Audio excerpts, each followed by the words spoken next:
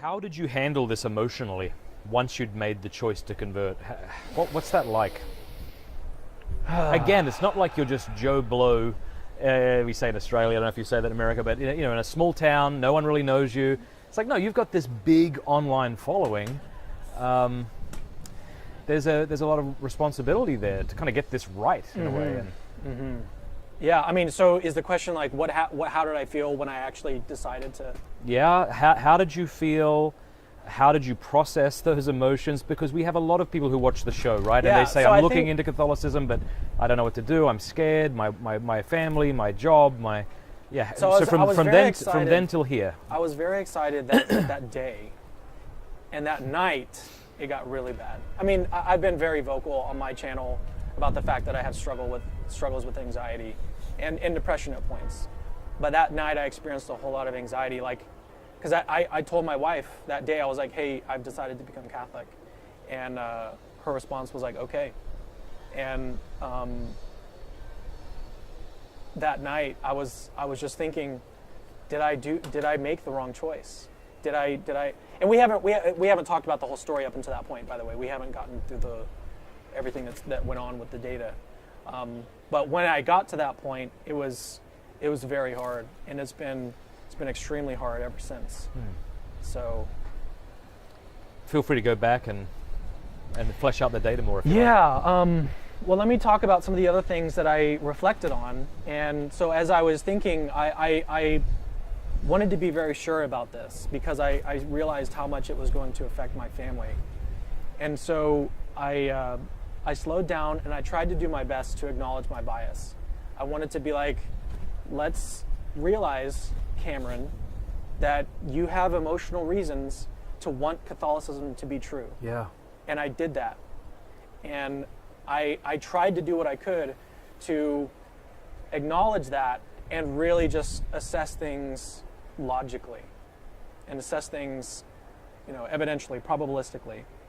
And so I also learned, or I not really learned, but I remembered that I'm also a fan of what's called Reformed epistemology and phenomenal conservatism.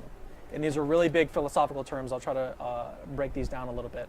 But as I was going through this process, one of the things that I mentioned, and I kind of tied this into like being biased about it, but for a while now, as I was studying things, I sort of eventually, the seeming that I had was toward Protestantism. It seemed to me like Protestantism was true. That's what it seemed to me. But at some point before I made the decision, it seemed to me like Catholicism was true. So this was I think maybe prior to discovering the big thing that I did, talking with the Bayes expert on what you can do when you're sort of unsure about a piece of data.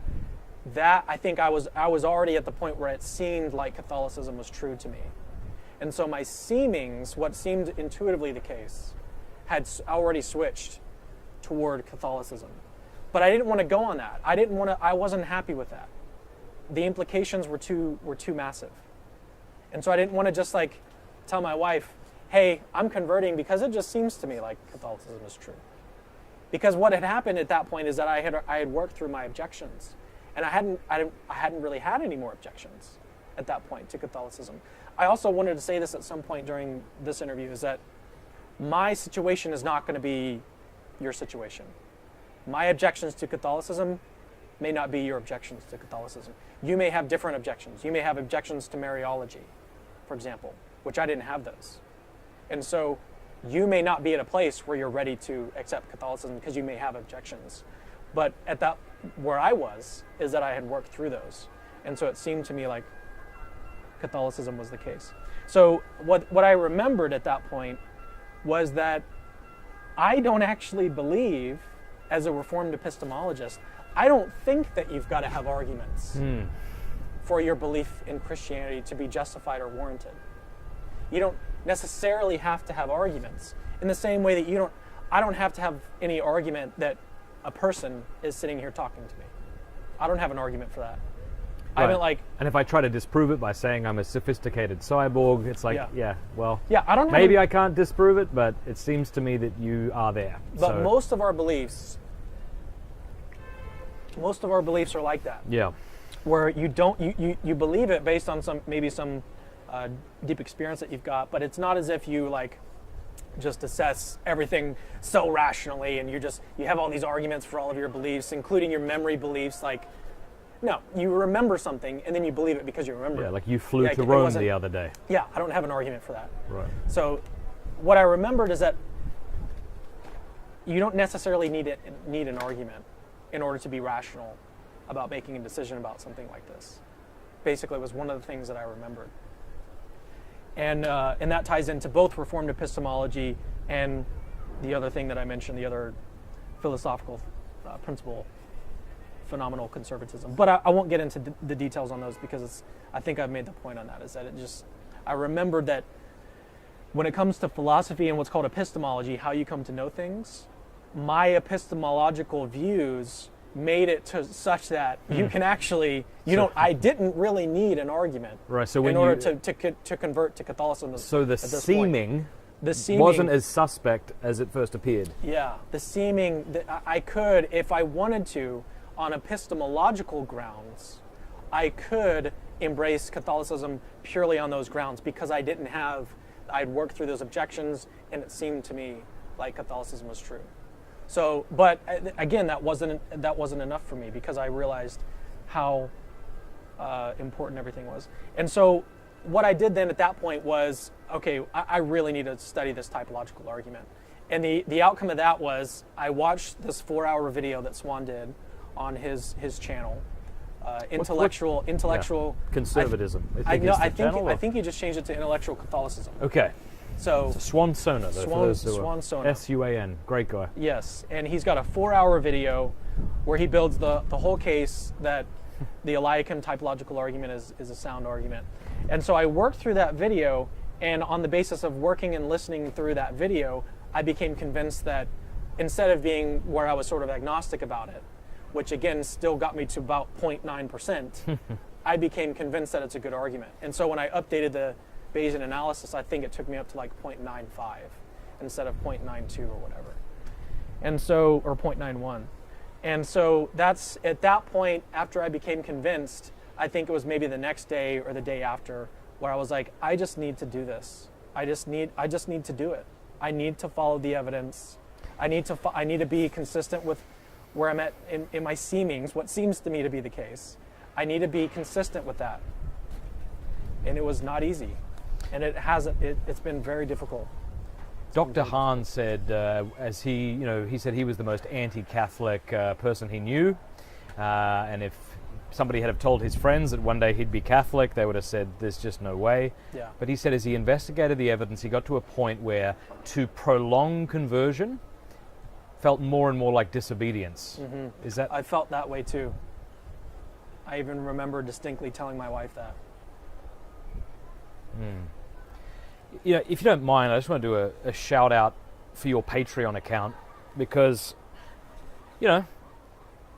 I'm sure you're taking a hit for making this decision.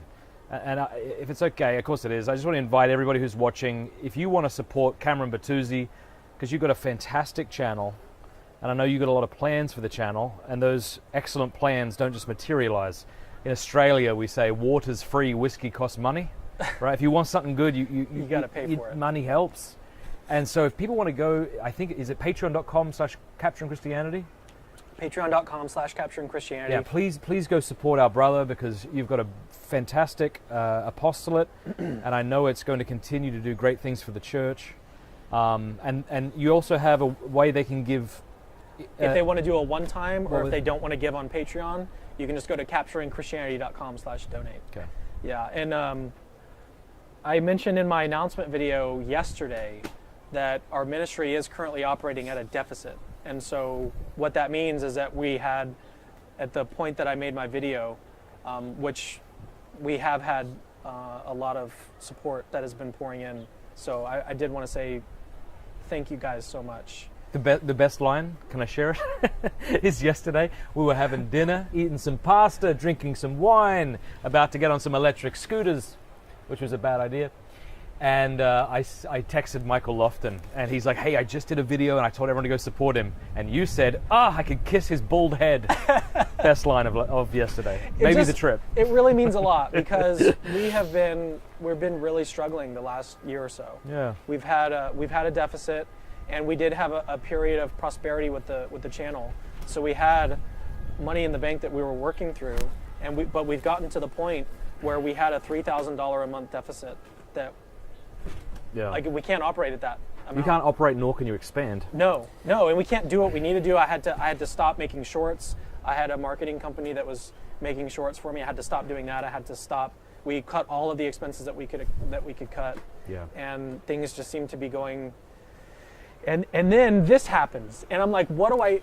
Yeah, what am I doing? Now am I going to everything. make this announcement, and we're going to lose? And I know from last night all speaking of to our you, you've had supporters. people say I can't support this anymore. But There was even a fella, Protestant fella, saying it was a video. He told everybody supporting you to stop.